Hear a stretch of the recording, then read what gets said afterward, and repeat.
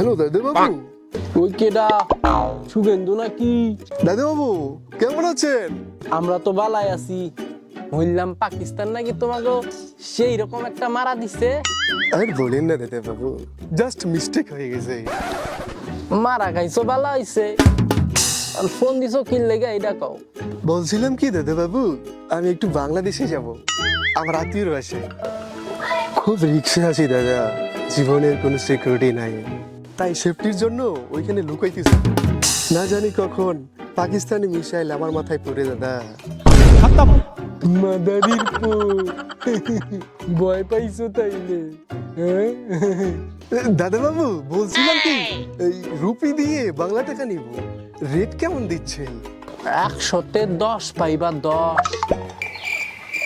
কি বলেন দাদা বাবু, বাংলা টাকার মানে তো কমে গেল। আব্বা হালাই কয় কি? 100 রুপিতে 10 টাকা পাইবা, বাংলা 10 টাকা। দাদা নেশা টেশা বেশি হয়ে গেছে নাকি? আমরা তো মতো গরুর মুত খাই না, আমরা গোস্ত খাই, গোস্ত।